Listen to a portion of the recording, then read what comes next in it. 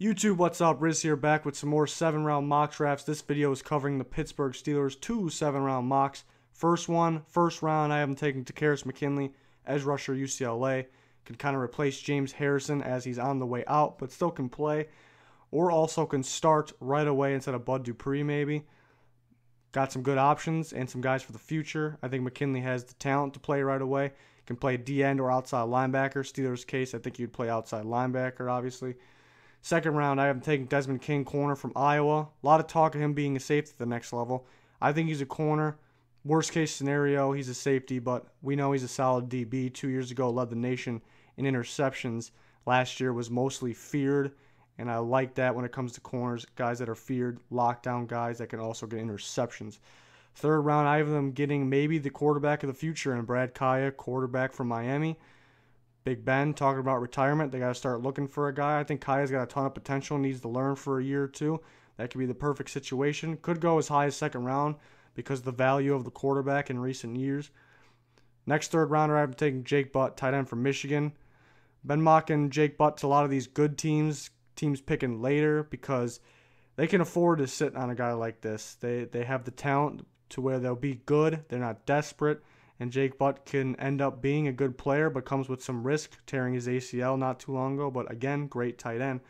Fourth round, I am taking Mack Hollins, wide receiver, North Carolina. I think they can add another receiver to the rotation. This is a big guy, downfield threat. They go up and catch the ball. That can make them very scary in their style of offense.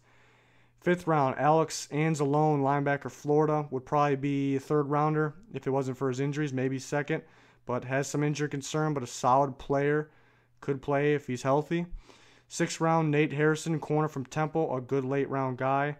And then seventh round, I have a sleeper running back of mine from Virginia, Taquan Mizell. Virginia running back that can run very hard and receive well out of the backfield. So I think he's a sleeper. I think he should get drafted. Not too much talk about him, but I like him going in there to the Steelers to be a backup. I think they do need a backup. Second mock draft, first round, kind of a surprise, but I haven't taken Patrick Mahomes, quarterback, Texas Tech. Now, most likely they're going to take an outside linebacker, some type of edge rusher, I should say. But I wanted to give you kind of a different option. They could go quarterback. Mahomes fits their style of what they did in the past, I guess big arm like Big Ben. And they could need a quarterback in the near future. So Mahomes, who they brought in for a private workout, they could be thinking about it. So most likely not the case, but it's an option. First round, Patrick Mahomes.